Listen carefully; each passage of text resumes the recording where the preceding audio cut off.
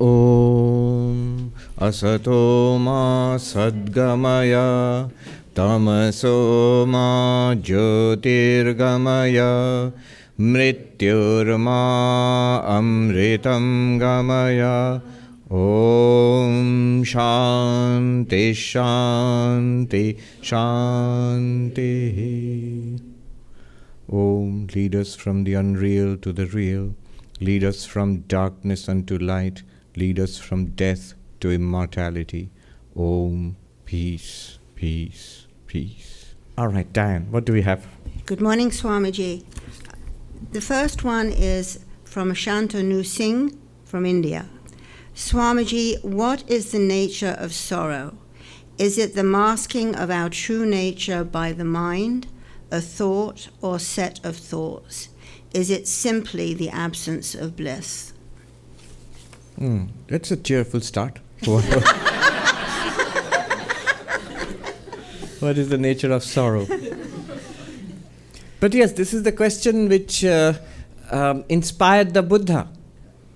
He set off on his quest to find a solution to the problem of sorrow. Not for himself. He was a prince, he was having a party. But he recognized the universal nature of sorrow, that everybody suffers. And he too will one day suffer. So what is the solution? Is there a solution, deep solution to the problem of suffering, unhappiness, lack of fulfillment, sorrow, dukkha? Somebody told me, don't keep saying that there is suffering or sorrow, especially in today's world. In most cases, people living, especially in the first world, you might not have intense sorrow most of the time.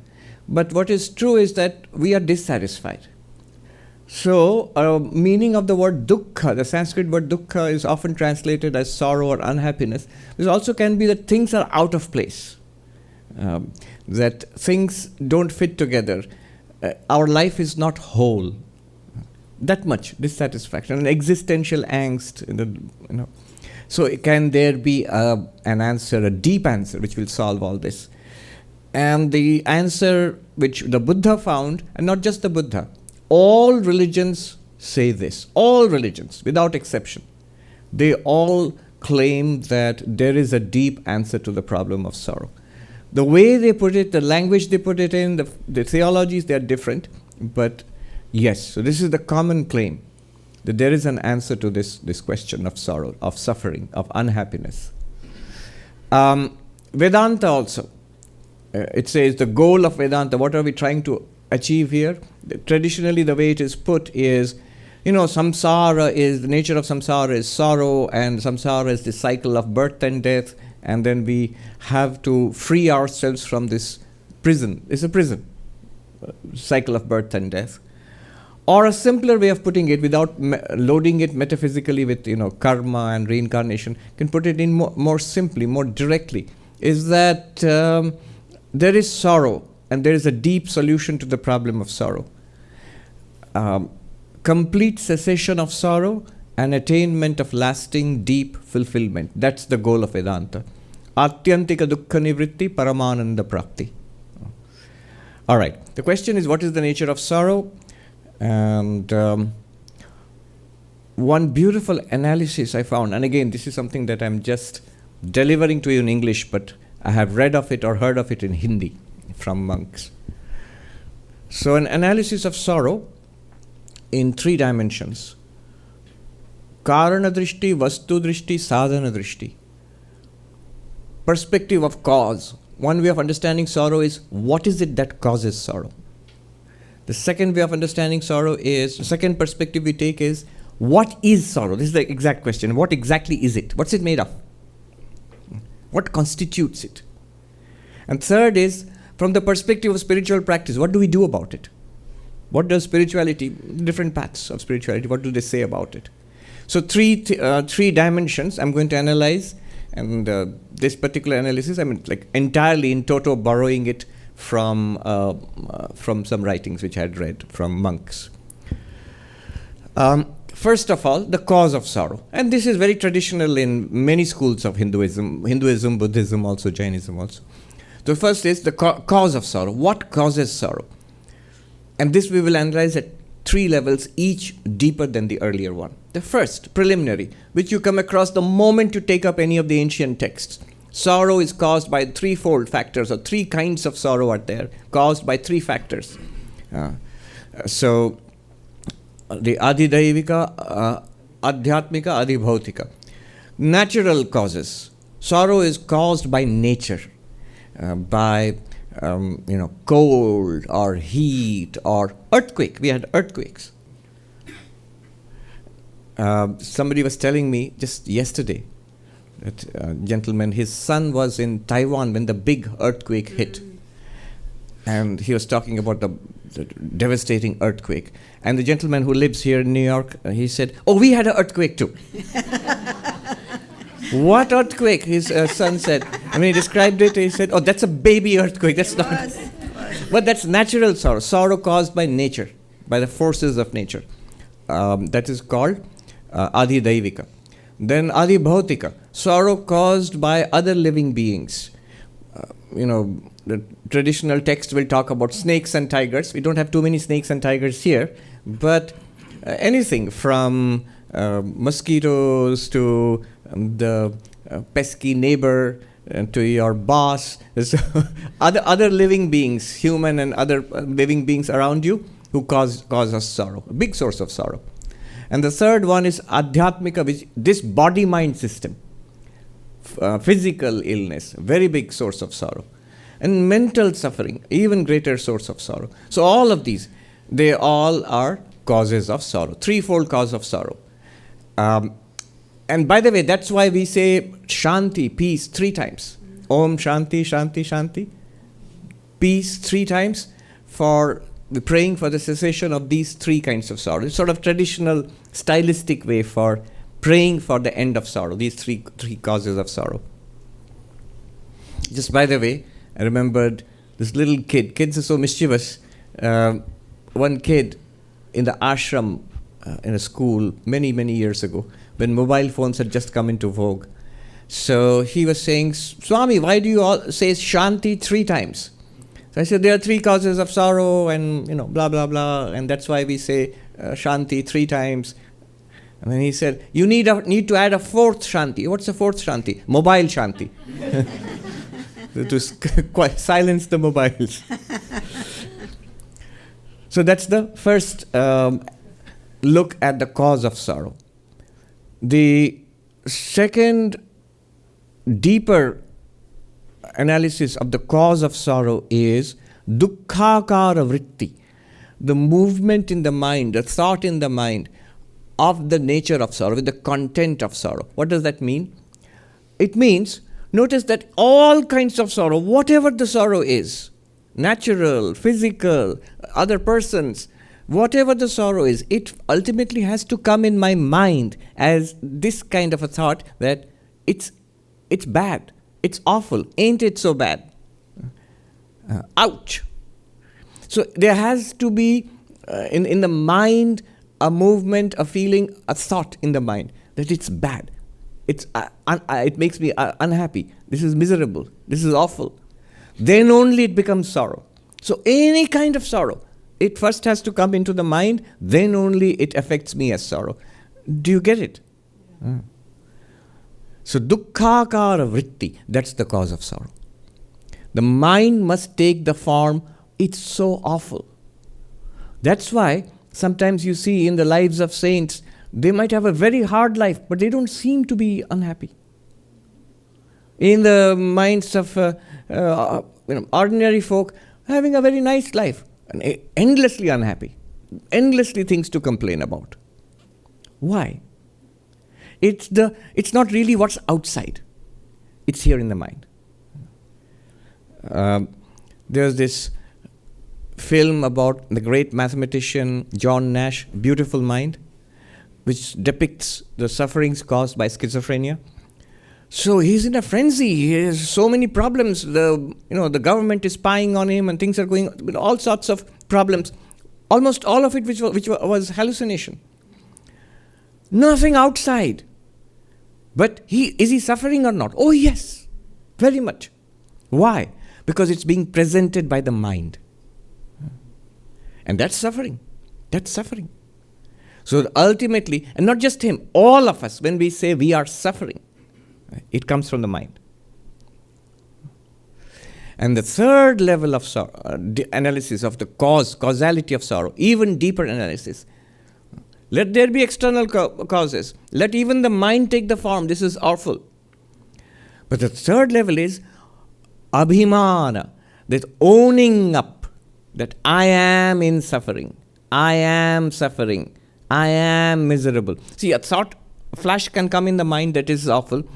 But if I say I am the witness of that, this is Vedanta, If I say I am the experiencer of this movement in the mind says it's awful and I witness it. Am I in sorrow or am I the witness of a potentially sorrowful situation? I'm the witness. I was there before that thought came. It's so bad. Ain't it so bad? That thought. I was there before that thought. I'll be there exactly the same after that thought diminishes and fades away. And I am there right now as the witness of that thought. This is a subtle point, but this is from Vedanta, the Vedantic insight. Here it is, but you can put it this way. What's the nature of unhappiness? I am experiencing unhappiness. So a Vedantic teacher will ask you, when you say I am unhappy, will ask you, are you experiencing unhappiness? Yes, I am experiencing unhappiness. In that case, Vedanta will tell you, you are not unhappy. We say, I am experiencing sorrow, therefore I am sorrowful. This seems natural to us. Vedanta draws a knife and analyzes, it separates the two. I am experiencing a miserable situation. That's one. Nobody can deny that. But I am miserable, it does not follow actually. I, the witness consciousness, am illumining this particular thing in the mind. How does that make me, the awareness, miserable? See, a pain in the body, sharp pain. I am experiencing it. I am the awareness experiencing pain. How am I in pain? Some of you look mystified, but think about it. This is the interesting thing. What people say, the chutzpah of Vedanta. We say, I feel pain. I can experience pain, so I am in pain. I experience unhappiness, so I am unhappy. No, if you are the experiencer of unhappiness, then you are the witness of it. You are not unhappy. You are consciousness. It's like I experience a table. Am I a table? Of course not. Then I experience the body. I can see, smell, taste, touch the body. Am I a body? You would say, but you are. No. Just like the table is an object, the body is also an object. Then the question will be, but no, that's not true. If I punch the table, nothing happens to me. If somebody hits the table, nothing happens to me. But if somebody hits me, I get hurt. I feel it. It's not, the body and the table are not the same.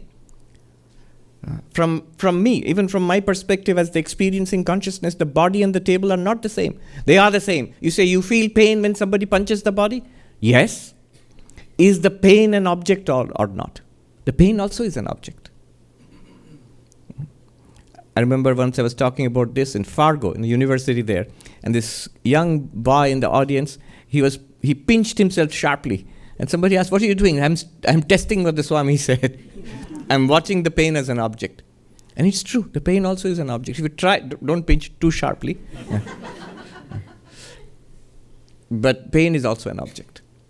So, these three levels of causality of sorrow, natural causes from other living beings, and from one's own body-mind. Three causes of sorrow. This is what causes sorrow. Second analysis. No, it is a deeper analysis is just the movement of the mind. There might be somebody being nasty to you, saying, cursing you, abusing you. And if you don't know the language, nothing. You'll smile and nod.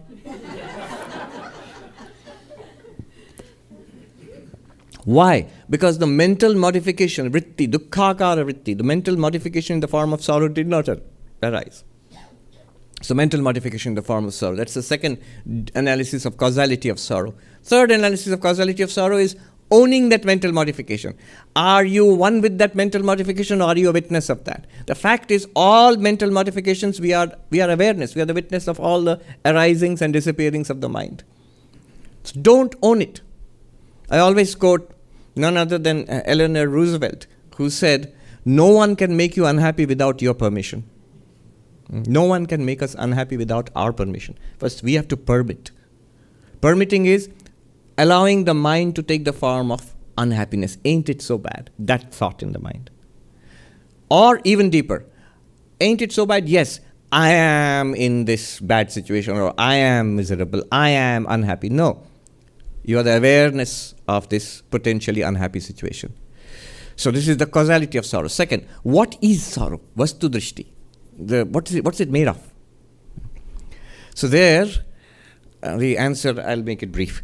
The answer is, I love this analysis, that's why I'm going to keep going on and on. The answer is 3 levels of understanding. One is, sorrow is prakriti parinama. A deeper understanding is, sorrow is brahma vivarta. I'll explain. And third one is, sorrow is none other than Brahman, Brahma Swarupa. What does it mean? Sorrow is a transformation of nature, prakriti parinama. Sattva, rajas, tamas, 3 qualities of prakriti are there. Our minds and bodies are also made of that. And one of the effects of rajas, of dynamism, is sorrow or pain. So it's a movement in prakriti. Basically what it means in plain English is that it's a natural movement. Nature is continuously changing, our bodies are continuously changing, and so are our minds. And some of these changes have the potential to give pleasure to us, some have the potential to give pain to us. Even that pleasure or pain are products entirely within nature, and you are the witness of nature. So it's a modification in nature, not in you. That's one. What is sorrow? It's a modification of nature, especially rajas. A deeper understanding. It's an appearance of Brahman. This is the Maya answer. Brahman appears in all these forms, including sorrowful experiences. Brahman alone, existence, consciousness, bliss, you the limitless being, you are appearing in this form. Like a good example to understand this is, it's like a dream. So in a dream, many awful things can happen. Awful things can happen in a dream, nightmares. But when we wake up, what do we say? Oh, it was just a dream. Thank God it was just a dream. Oh, thank God it didn't happen, it's not real. Now we experienced it. Notice the fun. We have experienced it, the awful things which happened in the dream, and yet we can dismiss our own experiences because we have noted the falsity, the dream nature of those experiences. What is dream nature? Dream nature is just that it appeared but it didn't exist. It was all in my mind. It really didn't happen. But Vedanta just takes one step forward. Even in the waking state, everything that's going on in our lives is our appearances in consciousness. None of it is outside us. You might say, what are you saying? You have to listen to a lot of Vedanta for that. It's a very dramatic way of changing, complete, like a Copernican revolution in our way of thinking. It's not an external, things are there external. It's actually, everything is appearing, arisings in consciousness, which you are. So it's an appearance of Brahman. Sorrow, physical, mental, whatever it is. It's an appearance. It's not real. What is real, Brahman? What's that? You. You are the reality. You are appearing to yourself as your own sorrow. Then the even deeper, what is it actually? What is sorrow? The third and final analysis, very difficult to swallow there, is that it is Brahman itself. Call it God itself, Brahman itself, in the language of a devotee, of the monk. Swami Vivekananda would quote this story often. There was a cobra which came and bit this saint. And when he recovered, they asked him what happened. He said it was a messenger from the beloved. He would call God the beloved. A messenger from the beloved, the snake. That's a devotional way of putting it. The jnana, the Vedantic way of putting it would be Brahman itself. This is Brahman itself. This entire universe is Brahman itself. A distinction which Sri Ramakrishna made between jnana and vijnana. Jnana is knowledge that I am Brahman. The world is an appearance. So that's the second level of what is sorrow. Sorrow is an appearance. And Brahman is the reality. The dream paradigm. Even higher is the Vijnana. The Vijnana which Sri Ramakrishna used, the term Vijnana again and again. It means, don't even use the language of dream and appearance. It's Brahman itself. Sorrow is Brahman itself. Sorrow is God itself. In the sense that everything is God. In the sense that sorrow is not sorrow, it is God. It's not that God has become sorrow for us. No. God has not become anything except God. It is God. It is Brahman. Or it is you. Then the third level of understanding, the third aspect of it is sadhan drishti. I'll just mention it and stop. What do we do from a practice perspective, spiritual practice? How do we deal with sorrow? The devotee deals with sorrow as this is the grace of God. It brings me closer to God. Kunti's prayer to Krishna. I don't even pray for moksha, liberation from birth and death. Let me be born again and again. Let me suffer. But at least let that suffering always bring me to you. So, the bhakta, the devotee says, it's the grace of God. The karma yogi will say, this is my bad karma, it's being exhausted by this. It's my own creation. It's fine. Good. All my bad karma is exhausted. Happiness is not so good because all my good karma is being spent there.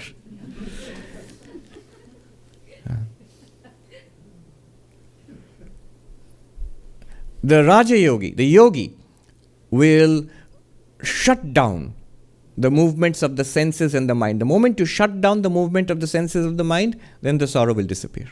The sorrow cannot exist without the cooperation of the body, the senses and the mind. The yogi merges in meditation. It's like being anesthesia. You don't feel it anymore. And the jnani says, from the jnani's perspective of Vedanta, Advaita Vedanta, they say sorrow is prajna aparadha, an offense against wisdom, against the knowledge that you are Brahman. If you say, I have understood that I am Brahman, I have got it that I am Brahman, if you say that, then you have no right to say, ain't it so bad? If you claim to be enlightened or nearly enlightened and almost there, in that case, one thing you lose immediately is the right to grumble. No more sorrow, no more complaining about sorrow. It's an offense against enlightenment. How can you say at the same time that I am Brahman and things are awful for me? You cannot. Okay. Anybody wants to ask questions? Yes, the lady here. Come to here and ask the question. Tell us your name and ask the question. My name is Sakshi. I have two questions, very short. Sakshi means witness consciousness. The first question is, what is the difference between samsara in Buddhism and in Vedanta? And the second question is, in modern medicine, there are various anti-aging technologies and stem cell transplantation being used for good and for diseases. So I was wondering how that has an effect on the concept of Brahman, the witnessing consciousness, and how does that relate with also the concept of vairagya? So those are deep questions. Concept of samsara in Buddhism and Hinduism, the big picture is that it's the same conception. In the general, there are varieties of schools within Hinduism and in fact within Buddhism also. But there was a common view of the human situation in these Indian philosophies. In all schools of Hinduism, in all schools of Buddhism and Jainism and also Sikhism, it's a sort of a common worldview. The details are tremendously different. The common worldview was we are sentient beings, we are in suffering, we are caught in this cycle of birth and death, and spirituality is a solution. That's common to all of them. But what is it exactly that constitutes our bondage, and what is the meaning of liberation from suffering, and how do you get it? These are different in different approaches. And all of them contain very valuable insights. So I'll just leave it at that. Samsara is the cycle of birth and death. It is inherently sorrowful, and it is propelled by, why does it happen? It's propelled by karma. Our past karma is generating this life. And as we deal with this life, we are generating new karma that will generate future lives. And it seems to be a ceaseless cycle which you cannot get out of. But spirituality shows a way to free ourselves from this limitation. Buddhism will put it this way, then again oversimplifying. It is our grasping to the sense of self, which is body, mind, limited self. I am an individual separate from everybody else, and that individual, what is that individual? It is somehow this body, mind. And that's what creating this problem. This body, mind is inherently limited and unfulfilled, and ever seeking to survive, to dominate over others, to gather all kinds of resources for one's own, the happiness of only I, me, mine. All of these projects are doomed to failure. This body mind will not survive, this body especially, will not survive. And no matter how much resources you pour into this body, it will not give you lasting fulfillment. So on. Hinduism also has various answers to this, why the samsara is going on. Basically karma and multiple lifetimes and this limited nature, no fulfillment, lasting fulfillment in worldly ways. And there are spiritual solutions to this. And the second question you asked was, modern scientific advances, what is its relation to Brahman? Let me connect it to the first question you asked, samsara. Instead of asking what's the relationship of stem cell research and fighting diseases through science to Brahman, I'll answer what's its relation to samsara from Vedanta, let's say from Vedanta. From Buddhism also. Very beautiful insight, very clear from Buddha. Vivekananda said he was the sanest man who ever lived. No cobwebs in that brain. What spirituality can do and what spirituality cannot do. So there's something that the world throws at us. Old age, disease, death, the three kinds of sorrows. Natural sorrows, earthquake, whether big earthquake or baby earthquake. But nature is throwing at us.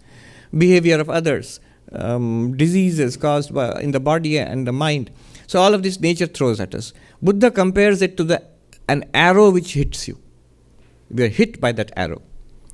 Then there is a second arrow which hits us. What is that arrow? That's our reaction to all this. How we react to it. You notice it's the same analysis as the causality of sorrow. First is what the world throws at us. That's the first arrow. Second arrow is how we react in the mind.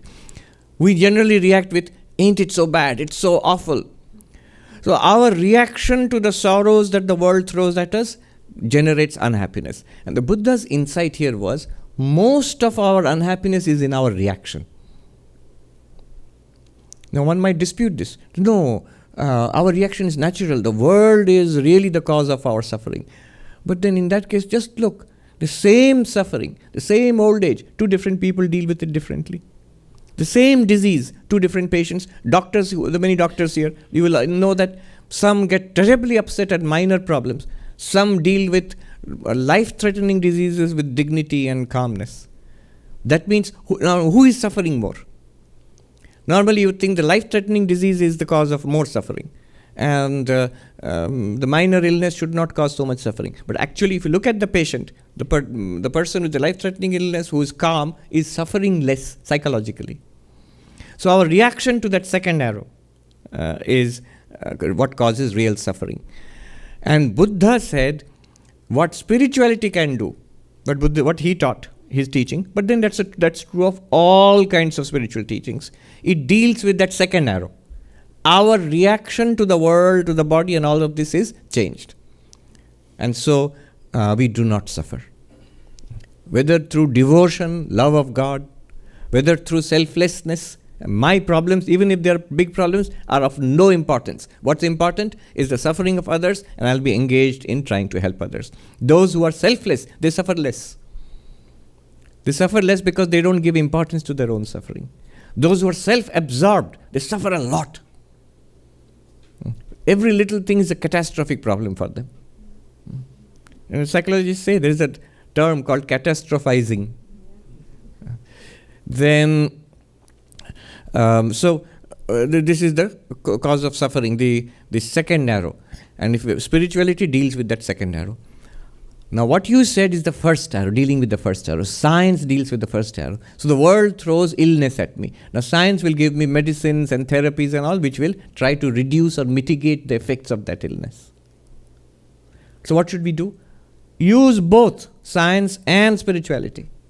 It's spirituality which will really help us. But to the extent that you can reduce the effect of the first arrow, why not? Why not? Science and therapies and healthy living, all of that will reduce the effect of the first arrow. Careful living, disciplined life will reduce the effect of the first arrow. So, a combination of these two. I remember I went to a hospital, there was a seminar on mindfulness in a hospital in Arizona. And they asked me to speak about it. And I said, look, the two arrows, and I'm glad that in the hospital you're doing this. Now this hospital is doing both. Dealing with the first arrow, which it's supposed to do. Actually reduce the physical pain. But also the second arrow, our reaction to that pain. So mindfulness is part of that spiritual therapy. And that's the wise way of looking at life. If you have physical problems, even mental problems, take the help of doctors. Take the help of therapies. And also, more important, have a spiritual life. Carl Jung, he said, I'm quoting him verbatim now, is in most cases of mental illness, in middle age and after, I have seen it can be directly traced to a divorce from the patient's, between the patient and the patient's church. That you have somehow stepped away from spiritual life. And then you are unable to combat the sufferings that life is throwing at you. He said there's a deep connection between those who are religious, who have connection to some kind of religious tradition, seriously, and resilience in facing suffering.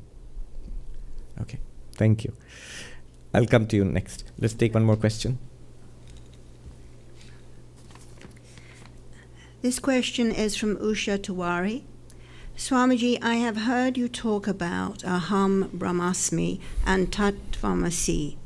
If that is true, then why are we also told to worship God or do karma yoga?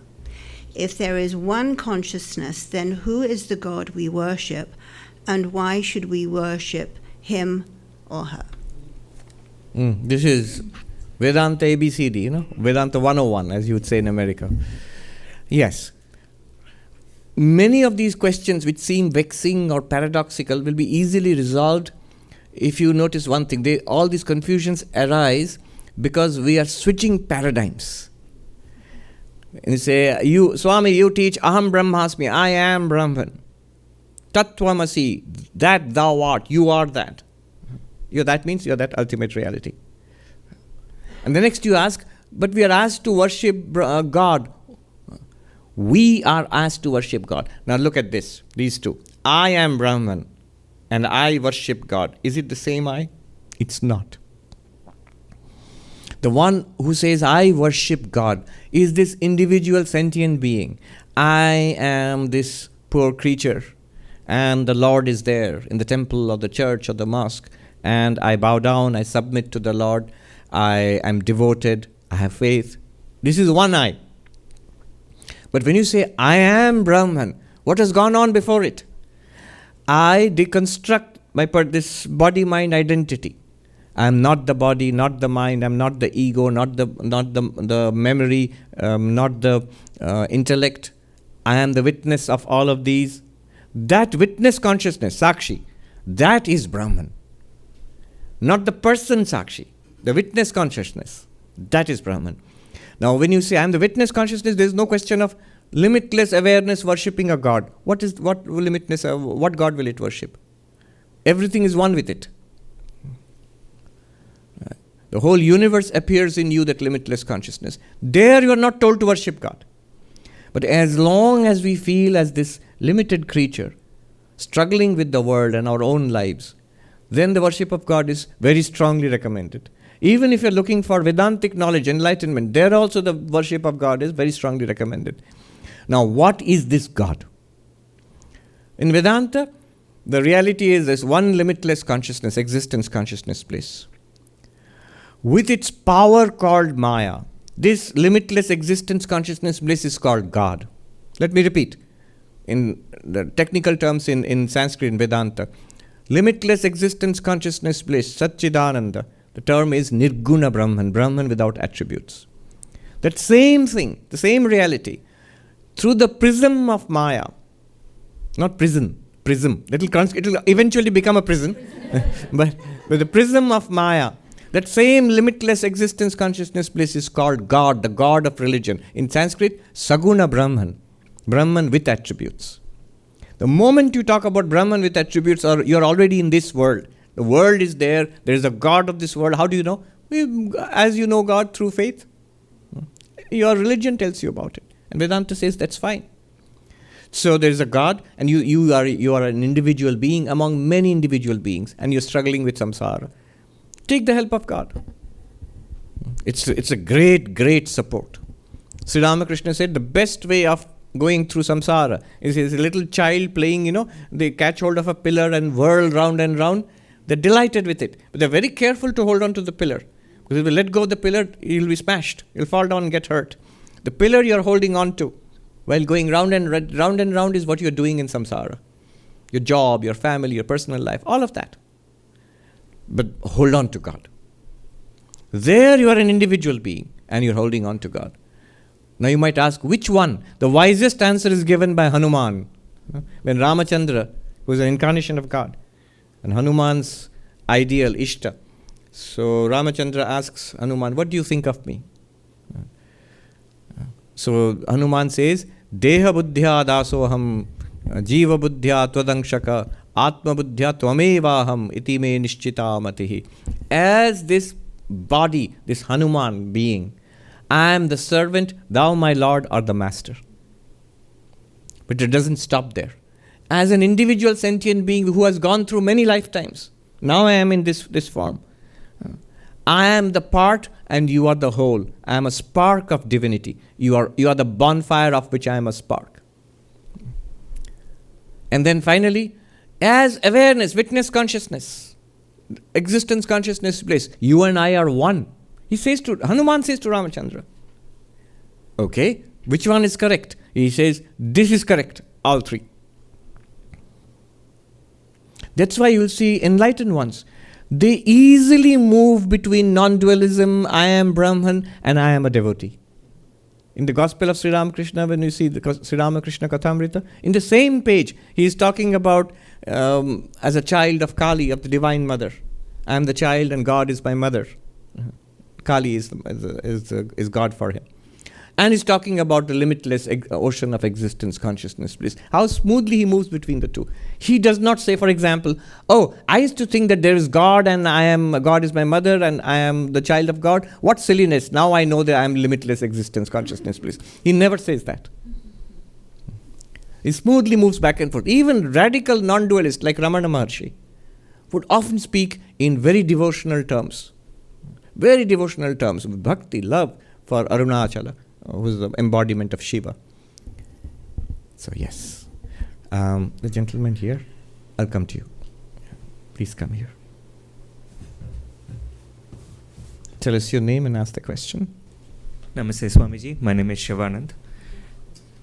So if you look at, you yourself have explained several times that when you explore Advaita to the end, you come across paradoxes or points of singularities, like locus of ignorance being in the Brahman being one, or why anything at all. Gaudapada says, at the end of it all, it's a very natural Brahman, but how can a Nirguna Brahman have a nature? Or even the concept of Chedabhasa, how can a non-interacting, non-transactional Brahman be reflected in something else? So these are points of singularities. Now when science comes across that, it says, I don't know everything, I'm evolving. Does Advaita also claim that, does it claim that it is evolving, or does it claim that it's complete and there's no more evolution? Both, I would say. Remember, Advaita, if you ask a traditional Advaita Pandit, what is Advaita? They will not say Advaita is a philosophy or Advaita is a kind of spiritual experience or mystical experience. No. They will simply say the technically correct meaning of Advaita is the interpretation of the Upanishads. The Sanskrit term for that is mimamsa. What is mimamsa? It is in Sanskrit pujita vichara, a reverential inquiry into the meaning of the text. Which text? The Vedic texts. So when you inquire into the ritualistic portion of the Vedas, which is the bulk, that is called karma mimamsa or purva mimamsa, the earlier inquiry, the inquiry into the earlier portion or the preliminary portion of the Vedas. And that's the ritualistic part. And the text for that is the Mimamsa Sutras of Jaimini. Now, there is another section called the Upanishads, which is called Jnana Kanda, the portion of about knowledge. That is the spiritual philosophy, which is called Vedanta. But technically it is called Uttara Mimamsa, the later inquiry. And the inquiry into the latter portion of the Vedas, the Upanishads. Now, those texts are fixed. However, so is Vedanta fixed forever? Not quite. The interpretations, you can bring out further and further interpretations, deeper and newer meanings. And that has been done through centuries and millennia. That's why you have pre-Shankara Advaita Vedanta and Shankara's and Gaudapada and Shankara's Advaita Vedanta and post-Shankara developments of Advaita Vedanta and all the way down to Ramakrishna Vivekananda.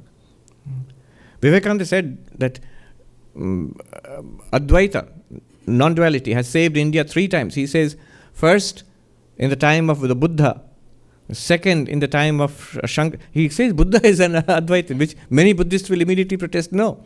But Vivekananda was quite clear about it. And then in the time of Shankara, and then he says again, in this time he means Sri Ramakrishna himself, in this day and age. Now, if you're saying that Buddha's philosophy and Shankara's philosophy and Ramakrishna Vivekananda are all talking about the same Advaita, then what Advaita are they talking about? It can't be strictly the classical Advaita Vedanta of Shankara or post-Shankara Advaitins. It must be a much broader and more liberal view of what the Upanishads are speaking about. So is it evolving? Yes. But the core is already there. At every stage, at every phase in human history, enough is there for your own liberation. Vivekananda said, in the West, I have taught only the Upanishads. And for therein is contained that all one needs for liberation. Yes. Thank you. I'll come to you. The lady there, she's been vigorous. Yeah, you. Please come forward. And then we'll take a question from the online audience. She has been waving desperately. Tell us your name and ask the question. Hello, Swamiji. My name is Jane. I made my question pointed, so I'll read it from. This question relates to nididhyasana. Since the realization of the self is so internal, how do we then, in our practice, check for ourselves when and if we truly are experiencing pure consciousness and not just a reflected consciousness, however subtle and pleasant that can be at times? Okay, good question. Let's start with what you said first. I have a pointed question for you. This will immediately remind those who have read the Upanishads, remind you of the Brihadaranyaka Upanishad, where the woman sage, Gargi, she says to the master Yajnavalkya, I have 2 pointed questions for you. Sharp are my questions as the poison-tipped arrows of the prince of somebody. So, yes. When do we know that we are experiencing pure consciousness and not just a reflected consciousness? It's a question related to nididhyasana. Nididhyasana means Vedantic meditation. There's a lot to unpack here. When are we experiencing pure consciousness? Never and always.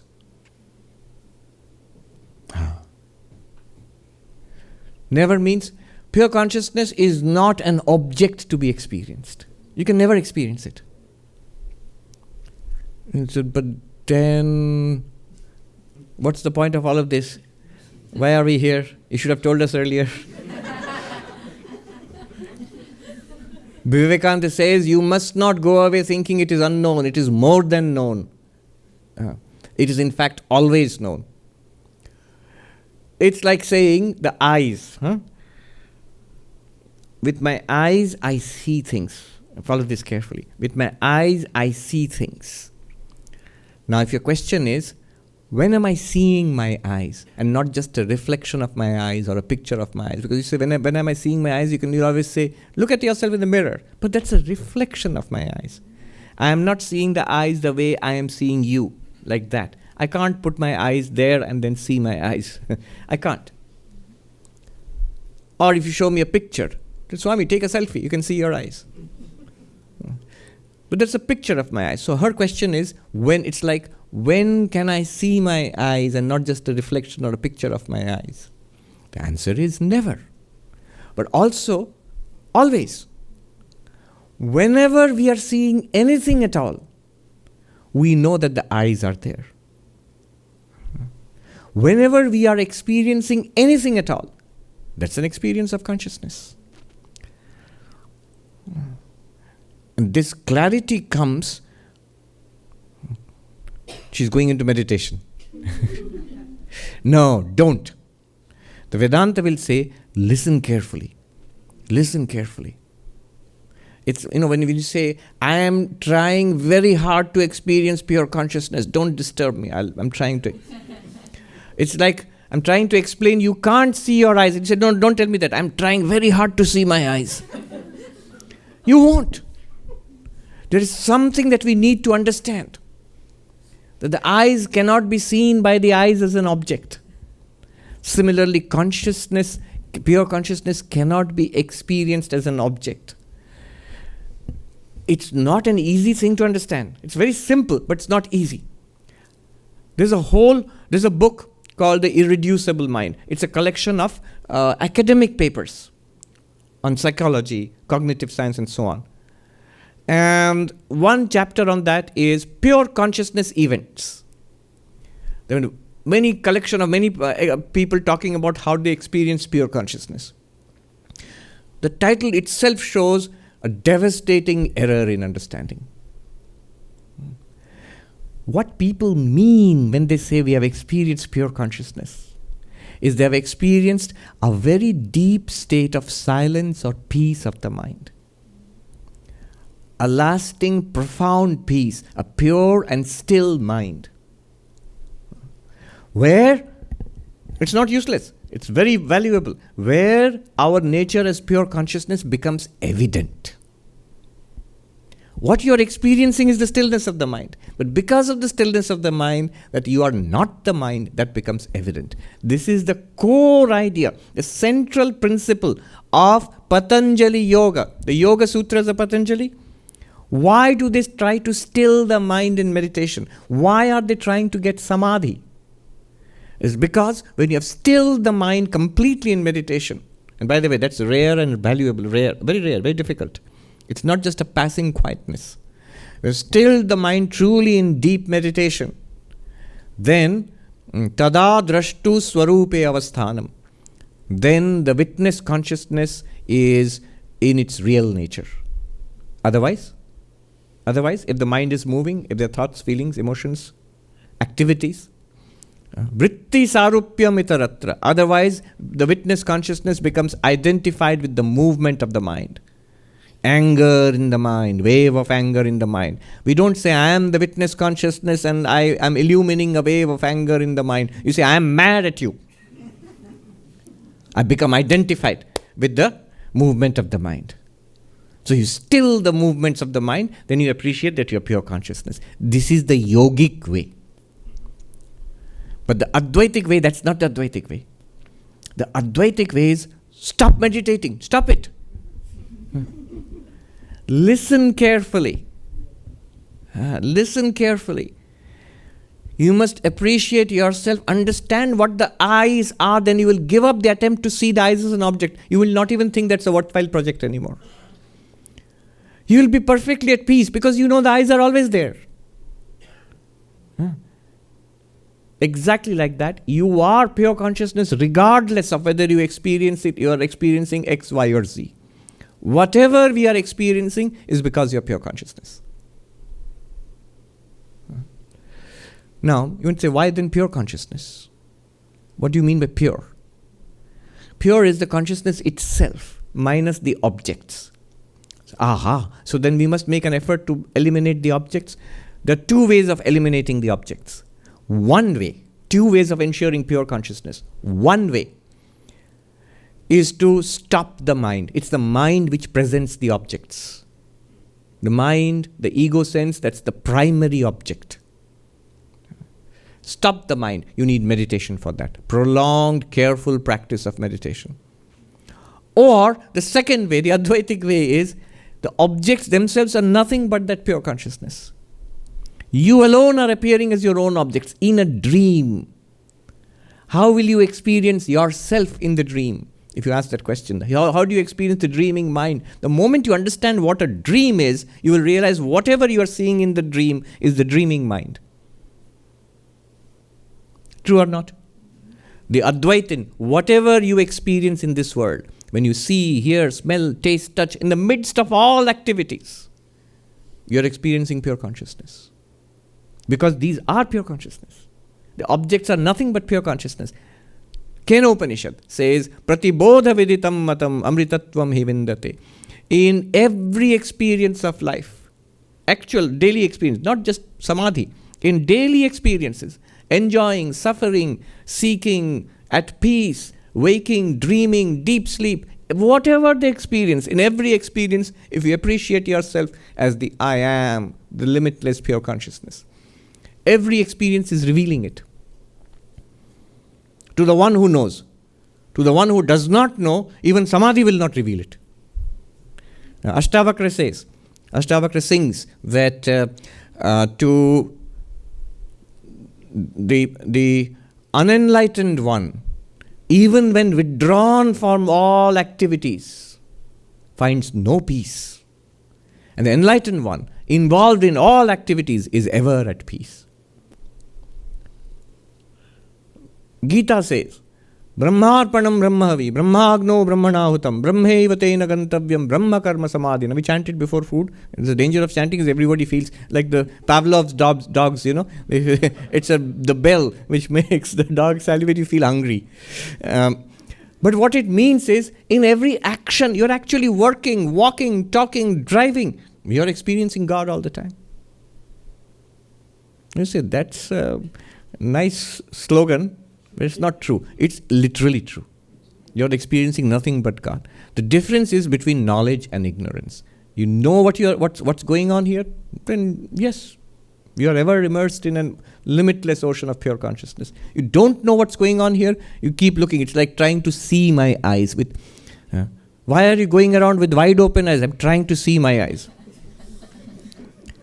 You cannot. So nididhyasana, yes, stilling the mind is a great way of appreciating yourself as consciousness apart from body-mind. But I would also recommend, give Vedanta a chance. Keep listening. Try to understand. Pure consciousness is available to us in every experience. Good. We have the question. Then we'll come to you next. This question is from Vivekananda Gopinath. Swamiji, I have been reading the complete works of Swami Vivekananda for some time now. He has said there is no such thing as absolute good or absolute evil. It is quite clear to me that there is no such thing as absolute good, but I am having trouble understanding that there is no such thing as absolute evil. Could you please explain? One way of looking at what's going on in the world is black and white, good and evil. But the Vedantic way is that it's a spectrum. We are all on the spectrum. Why I'm saying this is, a psychiatrist said, we are all on the spectrum. All of us. No one is excluded. Monk especially. The very fact that you're a monk, you're a nutcase. Sri Ramakrishna said, the people said, you're mad. He said, yes, the people are mad about the world. I prefer to be mad about God.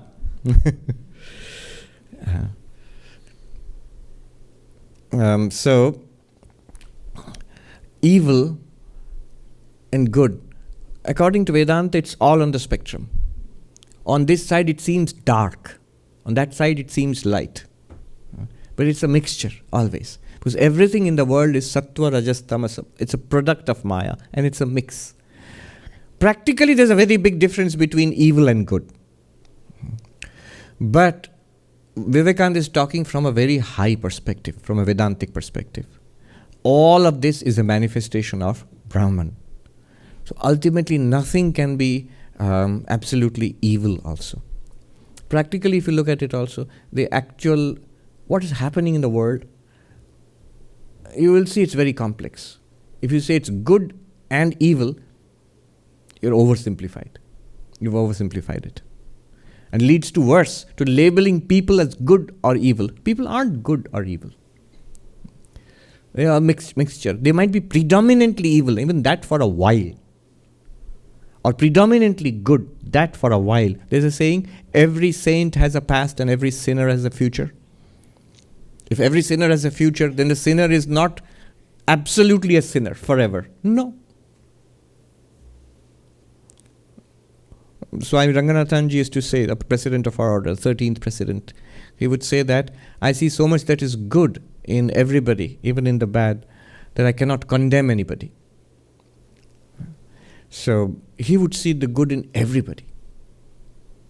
Especially you would see Sri Ramakrishna, Holy Mother, Ma Sharada. She would, the smallest good quality in anybody, and she would extol that person to the heavens. People might think that's unrealistic, you are naive. No, she is right. Our inner nature is divine. So she sees directly through to that. And she calls that out in us. That's the quality of a saint. We become our best selves near such people. They are truly messengers of light. And the light is within us. They point out the light within us, and we are attracted towards that. We slip and fall, we make a mess, but we'll still moving that way. So even the worst of things that we do cause a lot of pain to others and to ourselves, bad karma, but it's also a lesson that we learn. I will not go into the specifics, but if you look at all the terrible things that have happened in the world and are still happening, can you deny that ultimately something also good also results from it, in addition to the bad and the evil and the suffering? I was just thinking, right now it came to me, I often think that the suffering of the Tibetan people, they have been exiled as a people from their homeland because of occupation and all. Military occupation. But thanks especially to the wisdom of the Dalai Lama, what they have done is, they have doubled down on their own culture and spirituality and shared it across the world. So that knowledge, those meditation practices, those philosophies which were locked up in an icy plateau of Tibet for more than 1200 years, 1300 years, since Padmasambhava went to Tibet and all. Now they are the possession of the whole world. So, yes, it's evil that these people are suffering so much. But the result is, they themselves now have, what do they have? They have their spirituality to hold on to. And the benefit they have given to all of us across the world. See, this one example I'm just saying. Yes.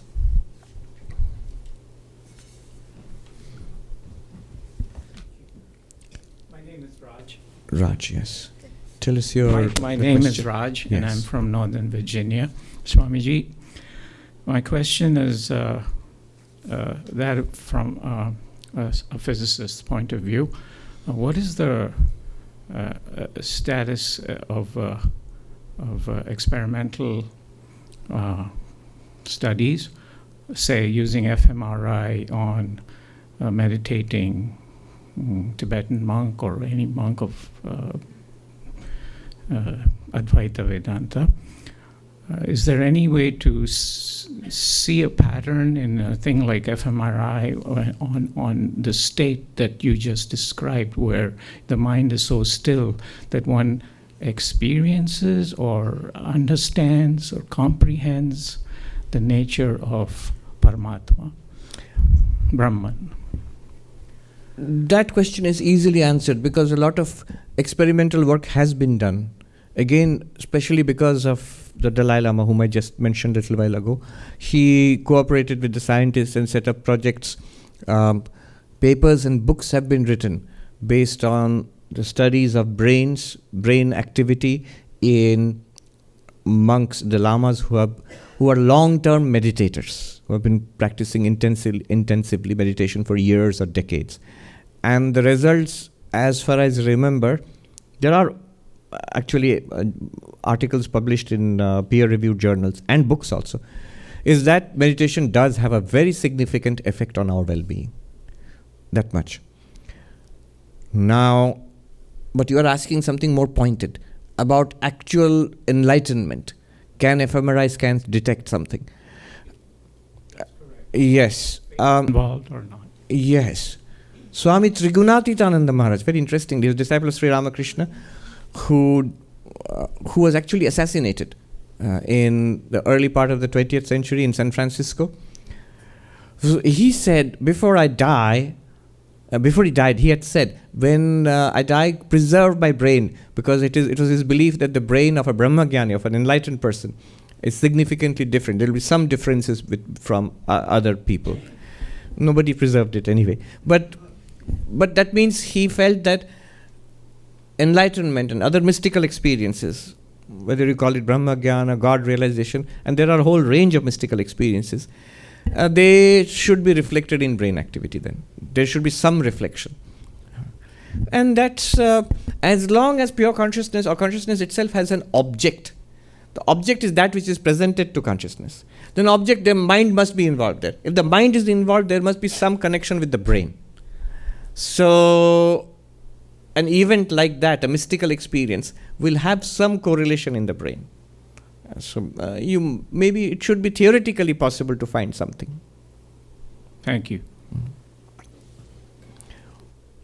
That does not mean, however, that pure consciousness is reducible to the brain. That's an entirely different creature altogether. Yeah. I'll come to you. I thought you were going to ask a physics and Vedanta related question. We asked more of a consciousness and science related question. But it's interesting. One little clip I saw online, an interview with the string theorist here in, a very famous string theorist here in Institute of Advanced Studies, Ed Witten. So mostly the interview was about physics and string theory. But the interviewer asked him, what about consciousness? Do you think we will understand how the brain produces consciousness? And his answer was, he's apparently a very soft-spoken man, and his answer was very moderate, quietly spoken, but very incisive. What he said was, I think as neuroscience progresses, we will learn more and more about the brain, but consciousness will remain a mystery. Because, he didn't explain because, but the point being that consciousness is not reducible to the brain. Why this is important is some people ask me sometimes, oh, so you are saying that neuroscience is, then we should stop doing neuroscience if we can't understand consciousness? No, as he said, if you do more and more neuroscience, you'll understand more about the brain and more about many, many things about the mind. So it's extremely valuable. One must go on. But I don't think you'll find an answer to how or why consciousness is there associated with the brain. Again, a physics-related point which came to mind was, I was reading this book by an Italian physicist, Carlo Rovelli. He writes very lyrically, very nice writing. I mean, he makes it very appealing for lay people. So one of his recent books, Helgoland, about quantum physics. And it's so interesting. He's talking about what does it mean. Quantum physics is true, it's real, it works, everybody accepts. It's already established mainstream science. But what it means for our picture of reality, there are multiple interpretations. And he says in that book, when I talk about these things, people keep asking me, once in a while people ask me, have you read Nagarjuna? You should read Nagarjuna. And then he says, finally I decided that I should see what is this Nagarjuna. So Nagarjuna was this great Buddhist master who lived more than 2,000 years ago. The doctrine of emptiness is, the terms were used by the Buddha, but the doctrine of emptiness, the philosophy of emptiness is attributed to Nagarjuna and Chandrakirti and others afterwards. So anyway, in that book, Carlo Rovelli says, when I read Nagarjuna, it is nearly 2,000 years ago, this Buddhist master in ancient India, and he read it with J. Garfield's commentary. J. Garfield is the professor of Madhyamaka Buddhism under whom I studied. So he says, it was a revelation for me. So exactly what we are trying to say, the worldview. He's very clear. He says, I'm not saying that Nagarjuna knew quantum mechanics. He didn't. But the worldview that he had, the way he tried to understand the world as a network of interdependent relationships and nothing substantial beyond that, is almost exactly what one interpretation of quantum mechanics is, which is the one he favors. Anyway, just thought I would put it out there. I was excited about it. So I wrote to my professor, J. Garfield, said, do you know this quantum mechanic, the quantum physicist has written about you in his book? And he says, yes, we are in touch and we're going to do a program together about it. One more question. There were two hands up there. I saw 1 and 2. Yes, we'll take up those 2 questions next. This is from Aradhana Satai. How does one practice detachment, especially from family? A pointed question, Swamiji. When monks leave home and hearth, do they shirk their responsibilities towards their family? What is true detachment and how is it achieved? My first reaction would be, why ask me? I don't have a family. But then I thought maybe that's why she has asked me, because you walked away from your family, from your mother and father and brothers and cousins and all of that. So you are the expert on detaching yourself from the family. Can you tell me how I can detach myself from the family? And isn't it shirking your responsibility? How do you practice detachment? Vairagya, dispassion for the world and for worldliness. It's important. So much so that Swami Vivekananda says, Vairagya, this detachment, is the turning point in spirituality. When conventional religion becomes serious spirituality, those are my words, but he says it's a turning point in, the exact words Vivekananda used were, it's a turning point in the yoga. When our regular religiosity becomes yoga, serious spirituality, a serious spiritual quest for enlightenment, moksha, nirvana, the turning point is this vairagya, detachment. And then he says, the 4 yogas, Karma Yoga, Bhakti Yoga, Raja Yoga and Jnana Yoga. In Karma Yoga, one must have dispassion for one's personal goals, personal desires. One must become selfless. One must give up selfishness. Huge step. My life is no longer centrally about I, me, mine. Yes, I need my daily meal, but that's it. It's not about I, me, mine. It's about something larger. Maybe the community, maybe world, some environment, something. Or service of God. This is how it's done. Karma Yoga is generally seen as service of God, not about me, myself.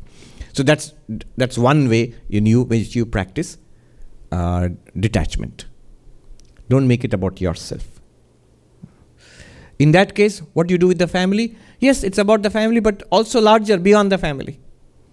Because in the family also what is involved is I, me, myself, my family.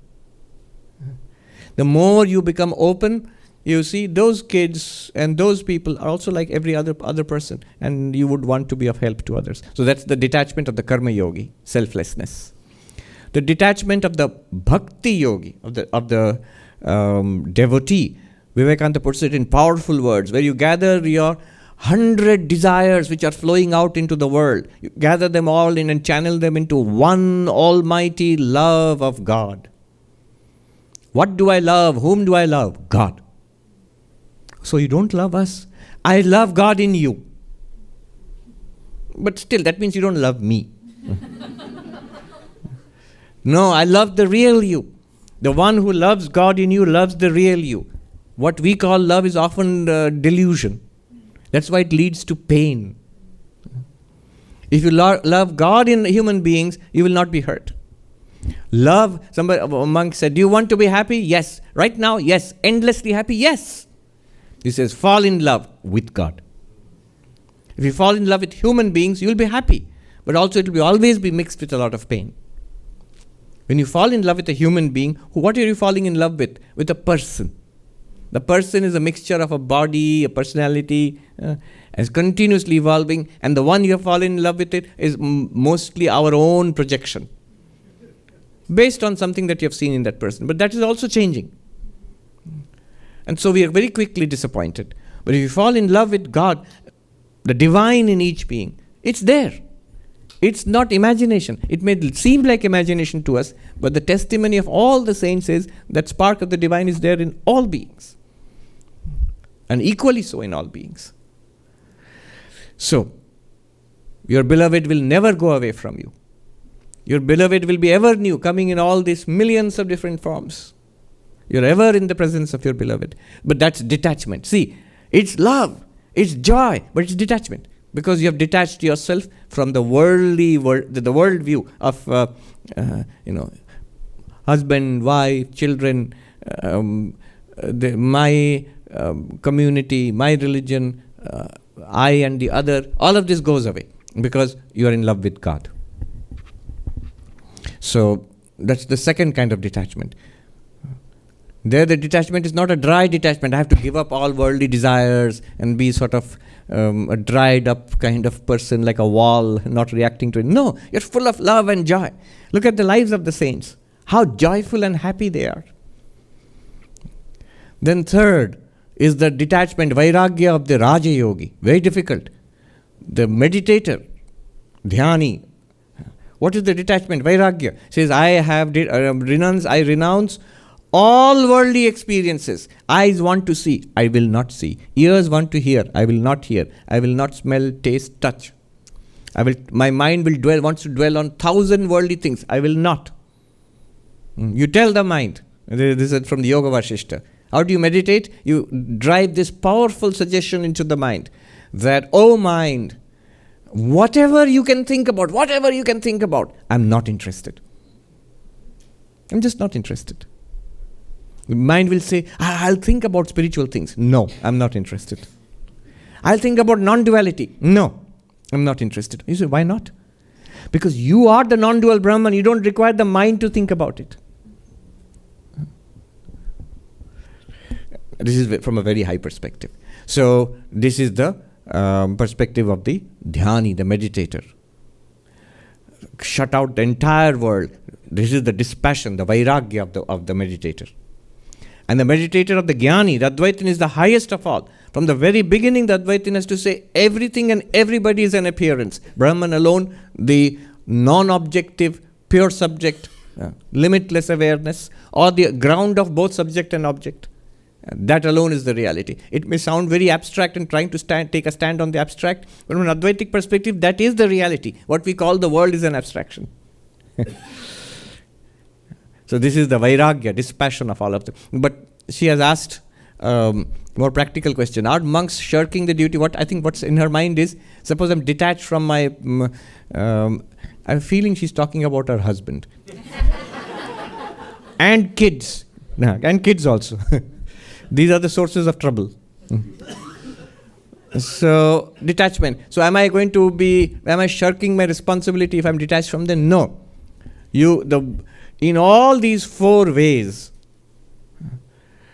karma, bhakti, dhyana and jnana, you will be able to do all your responsibilities, even better than you are doing now, to the actual satisfaction of others. But you don't try to satisfy them. Never, ever. What you should try to do is be spiritual. Hold on to the spiritual, not the spiritual avoiding the thing. Everything should be done. But all the work that you're doing in the house and in your community and in your career, it's karma yoga. What are you doing? Are you doing it for the kids or for the spouse? Or no, all of it is I'm doing for the divinity who has put me in this place. Yes, the divinity who appears as the children, as the son or the daughter. I am feeding my the baby Krishna or the baby Jesus, or in whichever way appeals to you. I'm offering this food, I'm offering this service to divinity in that form. Every action that I do is a worship of that divinity.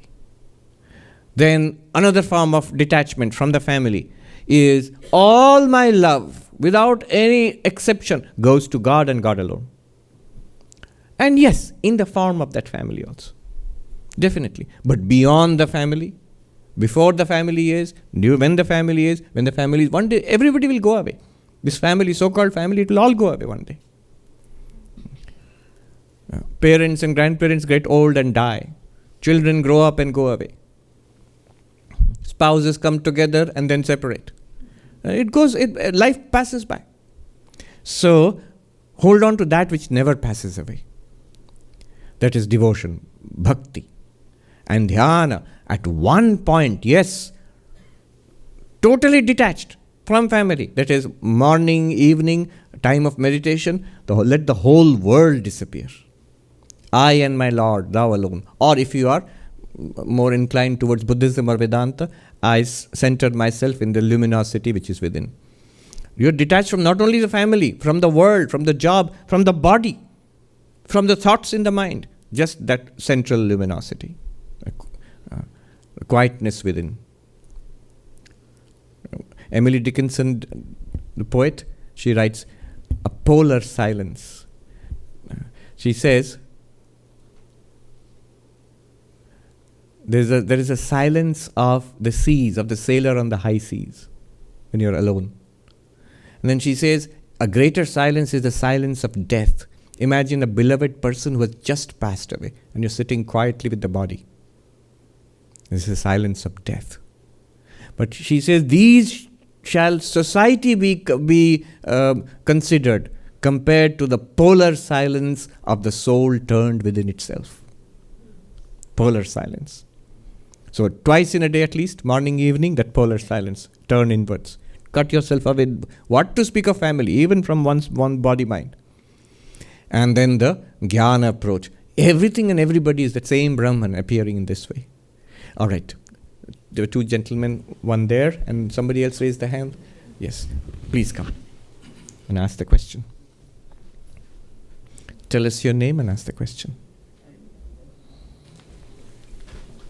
My name is Parthasarathi Ghosh. My question has to do with any potential conflict or resolving the conflict between ahimsa and satya.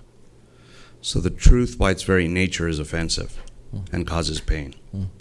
So if that's the case, how do you reconcile the two? Truth is most important.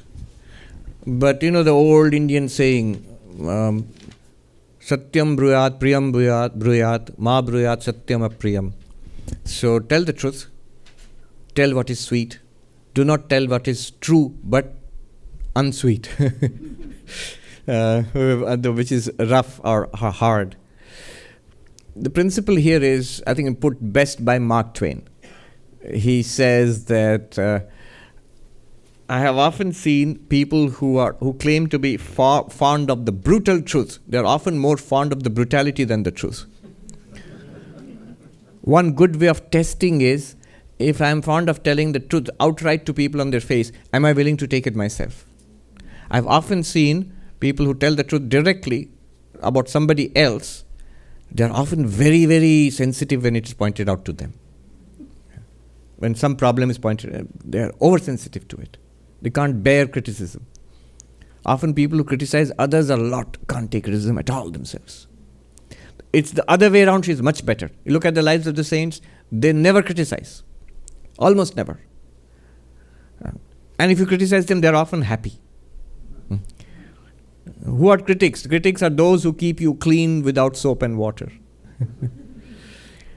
That's a saint. Because they genuinely want spiritual growth. And spiritual growth is always on the foundation of truth. You cannot avoid the truth. Why be afraid of the truth? What can the truth do to you? It can only wipe away that which is bad and sinful and small and false, and leaves you all the better. It's painful, but if you're a spiritual seeker, you're fine with it. If you're a seeker of the world, then you're not fine with it. Because there are things in the world which we want to protect. If the truth comes, maybe I will lose this, or people will be offended with me, or my own vanity is hurt, things like that. So in between the truth and non-violence, truth is always to be preferred. But one must be very careful and gentle with others. The example of the saints is wonderful. Do the saints tell the truth and the brutal truth? They do, only when it is helpful. If you are a disciple, if you have asked them for help, then they will tell. Even then they'll be careful. And then it depends on the nature of the saints. I have seen very senior monks. Some are as gentle as mothers. And very, very, although mothers are not always gentle. But what I mean is, they are very, very gentle people. There used to be these two Swamis, Swami Gambhiranandaji, the 11th president of our order, and Swami Bhuteshanji, the 12th president. And so Swami Gambhiranji, when he was the general secretary, and Swami Bhuteshanji was the assistant. So general secretary of the order is the one who is in charge of all executive decisions and discipline and punishment and all of that. So Swami Gambhiranji was famously a man of very few words, a very serious temperament. Gambhira means serious. One whose bliss is in being serious, being grave and profound and serious. Deep. Gambhira means deep. So he said, if somebody has been scolded, send him to me. If somebody has to be made to understand with affection, send him to that Swami. So that Swami was always extremely gentle, very sweet, very loving. But both people were equally effective in administration and in correcting people. One Swami, you'd be terrified of him. Extremely strict, direct to your face, no mincing of words. But of course, you are a monk of the order, and I am there for that help. He's doing me a service. Why are you a monk of the order if you can't take some harsh truth spoken to your face? And the other Swami, he's also very effective because of the deep love you feel from that person. You never ever want to disappoint that person. I remember two instances. One was Swami Lokeshwaranandaji, I don't know, some of you have seen him, Swami Lokeshwaranandaji? You have seen.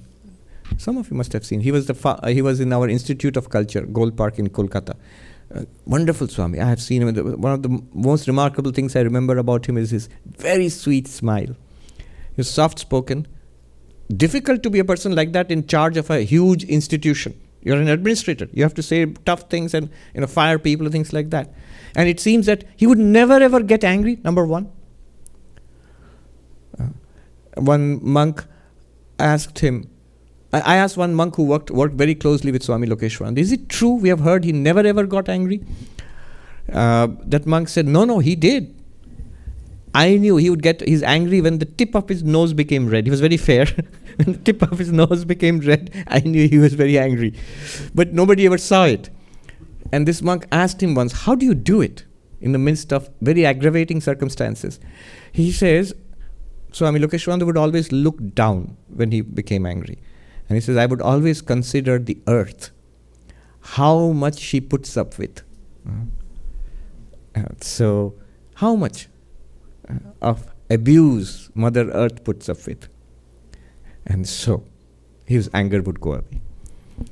And the way he would administer is through love. In the sense, you wouldn't want to disappoint him.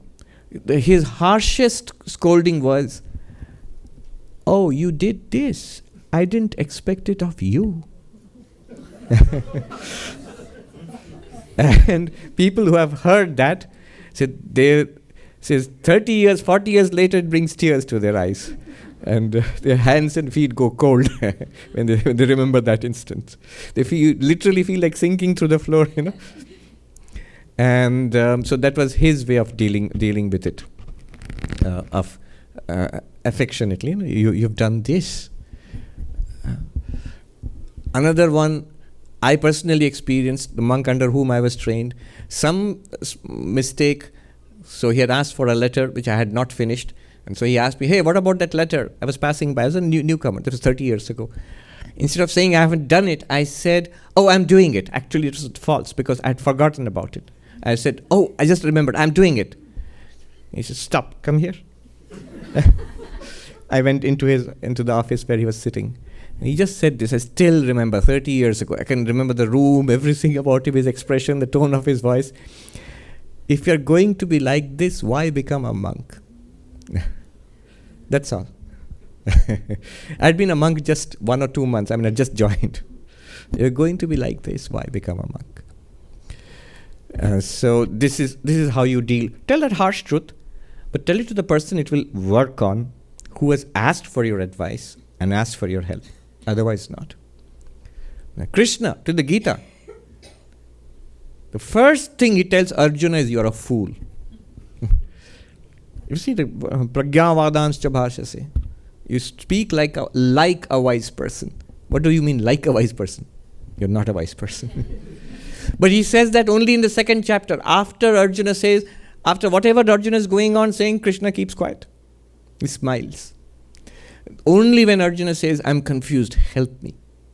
Tell me, what is the solution?" Then only Krishna opens his mouth. The problem with us, we are always ready to open our mouths, unasked for.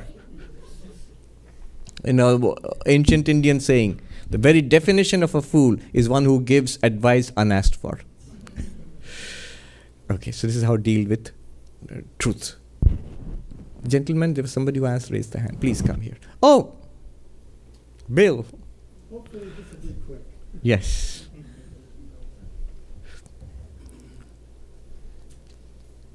Bill is a Vedanta veteran, our vice president. Okay, I'm Bill. This is a bhakti question. Ramakrishna says that God is very pleased at a devotee's devotion. Yes. He gobbles it down like a cow enjoying fodder mixed with oil cake. Yes. So, in that situation, does God consider the devotee to be separate from himself? The God knows the devotee to be one with himself in knowledge. But this is the delight of God, that here is my beloved, who is my very own, in that sense. So somewhat separate or something? Yes, but devotion requires somewhat separation. See, love. When you say love requires both oneness and separation. Notice? You must have some way of interacting with the beloved. So it requires some separation. You're not literally one being. But at the same time, love itself means oneness. It does not mean separation. Love is the elimination of separation. Or the desire for oneness. Desire for oneness, the feeling of oneness. Yeah. So, just as we think of him as separate, he thinks of us as separate. Not really. We do not know the Lord. So we sort of believe and we feel it's separate because we don't seem to know anything. It must be something else. And that's our conception. When we do not know the Lord. The Lord knows. The Lord knows himself, herself, itself, and knows all of us. And knows all of us as his, her very own. This is in devotional language. In the language of knowledge, it's one undivided reality. But appearing as the many. This appearing as the many, one appearing as the many, is samsara. Is not samsara. It's the very play of the Lord. It's Leela. When we do not recognize it as Leela, it becomes samsara for us, a terrible thing. When we recognize it as Leela, the divine play, it's beautiful. I mean, look at it from say, a movie screen in which there are people, there are characters, and there are animals, and there are inanimate objects like cars and roads and so on, buildings. And yet they're all one screen actually.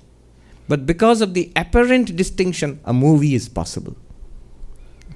So Leela is possible when there is an apparent distinction, without real distinction.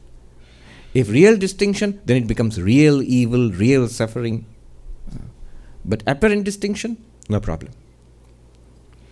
And that apparent distinction brings about great pleasure for God. Great pleasure for God and for the devotee. Yeah, almost like a child playing with her dolls. Yes. Imagine, she herself is the doll. But yes. It's a good example. The doll is inanimate, but the child enters into the doll as it were and gives it life. For her, the dolls have life. And she herself is all of them. But they play different roles in a little game. And so the divinity is within all of us. Please come with the basket, yes. Yeah. Do you have any announcements? Yes. Oh, one more question? Yes, go on. No, let them do the... Okay.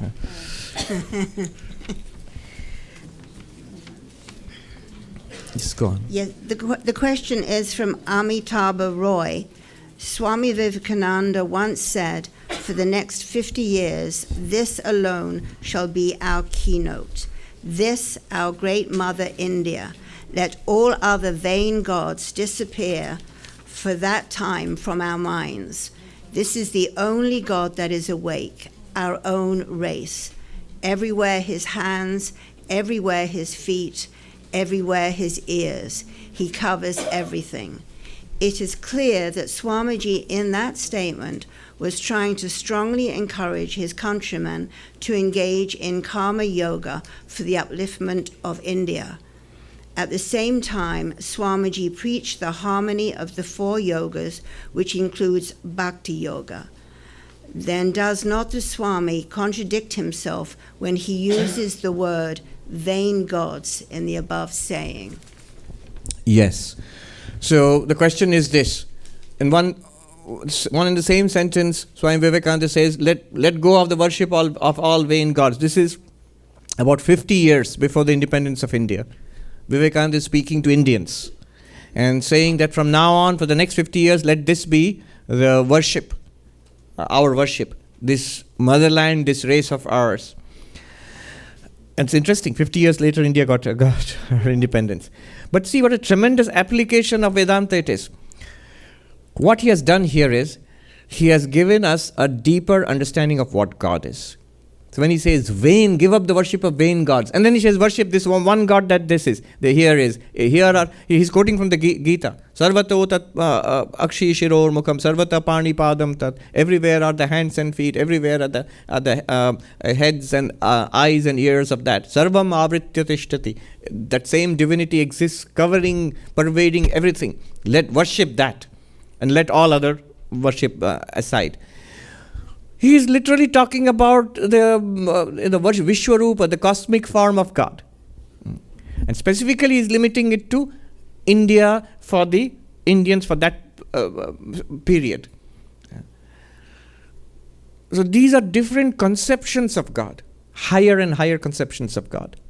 One is the most limited. Here in this particular deity, in my village, in my that temple is there, that's my ancestral worship place, that deity of that particular name and the associated mantras and mythology, that is God for me. That's the most preliminary approach. Or God is for me Rama, and that's all, no end. Or Krishna, and no end, that is God for me. Or Christ. So that's a very preliminary approach to God. A higher approach to God is what is Vedanta, it's called Saguna Brahman, or the God of the philosophers, let's say, the deity who is the reality of this entire universe, creator, preserver, destroyer. In Vedanta, Saguna Brahman, Ishvara, Bhagavan. So that's a higher conception of God. Even higher conception of God. Not only a deity beyond this universe, but here, what is all this? Is it apart from that deity? Then that deity is limited. You have a universe which is separate, not God, and a God who is not the universe. Then both God and universe are limited. The universe is limited, we know. This is the limited universe. But you're making your God limited also. So this universe also must be divine in some sense. So that's the third conception of the divine. Not just the one limited deity. Not just the one God who appears as all the deities. But also as this entire universe. That's what Vivekananda is talking about. That's the 11th chapter of the Bhagavad Gita. Where Vishwarupa, God appears as the cosmic form. But he applies it to the problems of India.